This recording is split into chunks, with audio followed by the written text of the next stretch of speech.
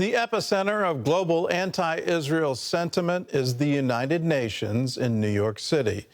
A new book called In the Lion's Den explains why the UN spends more time condemning Israel than any other nation, and how one Israeli diplomat faced off against this anti-Semitic fury.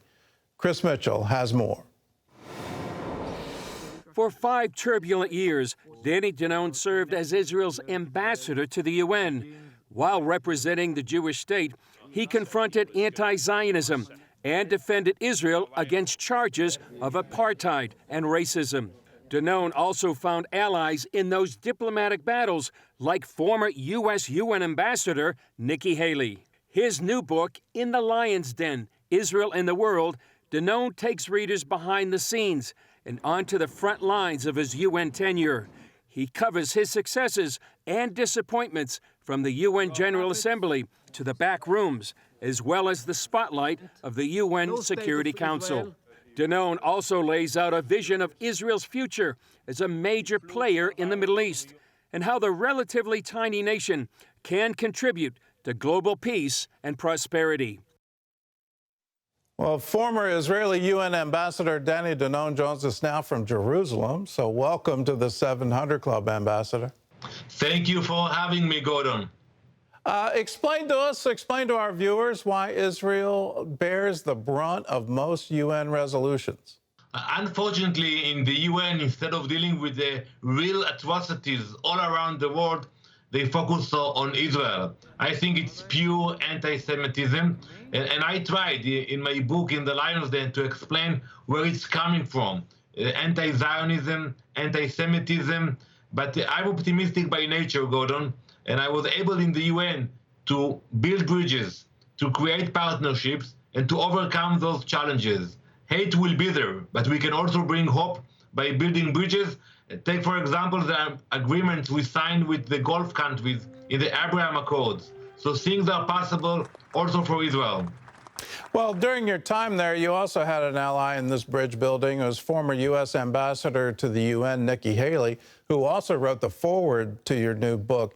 How much was that a help, and how much did that change the game, if you will, when she arrived at the UN in 2017? Ambassador Haley is a great friend of Israel, and we are grateful for her support and love for the people of Israel.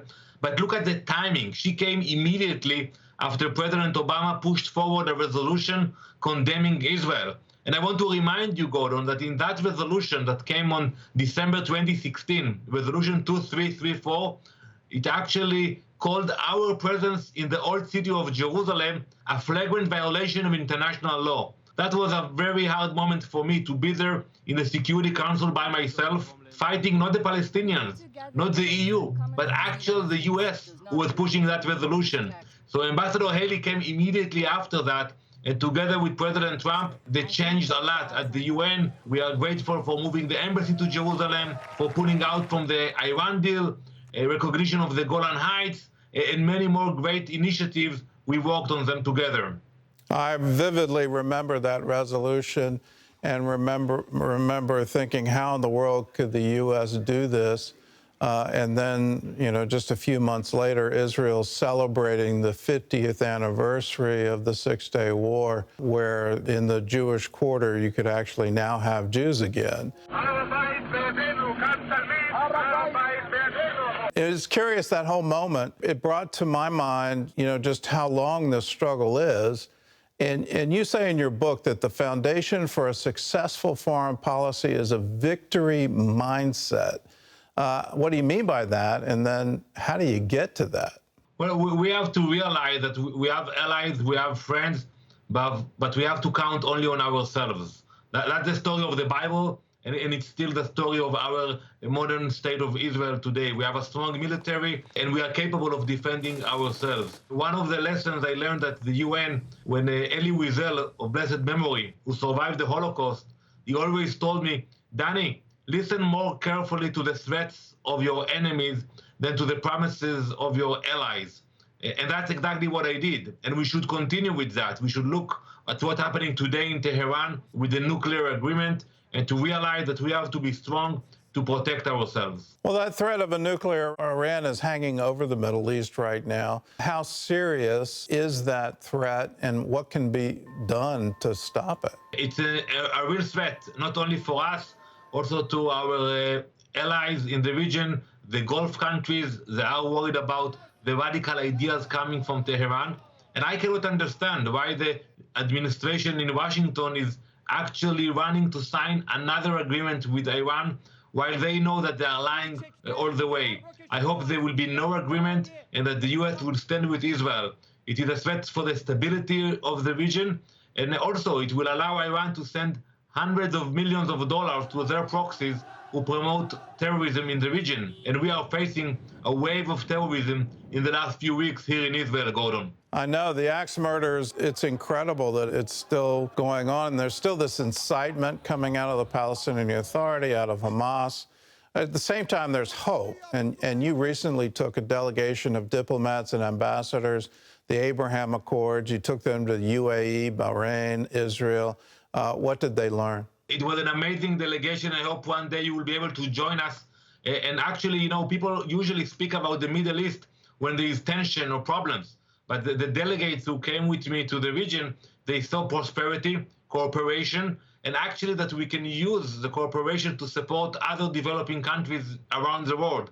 So I'm excited. There's a lot of excitement about the peace treaties, about the Abraham Accords, and I hope that we will have more countries like Saudi Arabia that will join the peace agreements, and we can bring more stability to the region. Well, Ambassador, one of the things I love about your book, In the Lion's Den, is you not only lay out a vision for Israel's future, you also tell and frankly teach supporters of Israel how to do this, how to support Israel during these turbulent times. Can you give us a brief glimpse at what's the best thing for supporters of Israel to do? Well, the main message for me is not to sit idly by, not to be quiet. You know, you can be a student and you can hear the professor teaching hate or spreading lies. You can choose to ignore it. And my lesson is not to ignore anything. When I saw anti-Semitism, I fought back. I stood against it. That's my lesson for the new generation. And I think that's the way to prevail, is not to be quiet. Sometimes it's people think that it's easier just to move on. It's a mistake. It will come back to you. And I think, you know, when I tell all those stories behind the scene at the UN, how I dealt with leaders, with the EU, with Erdogan from Turkey, with the Iranians, I think it's interesting not only for the future diplomats, but for anyone who wants to be an activist. Well, I love the book. I encourage everyone to get it. If you're a supporter of Israel, this will help you. It will help you not only stand up to anti-Semitism, stand up to BDS, it'll also help you declare the good things that are coming out of Israel today. So it's called In the Lion's Den, Israel and the World. It's available wherever books are sold. And Ambassador Danon, thank you so much for being with us. Thank you very much, Gordon.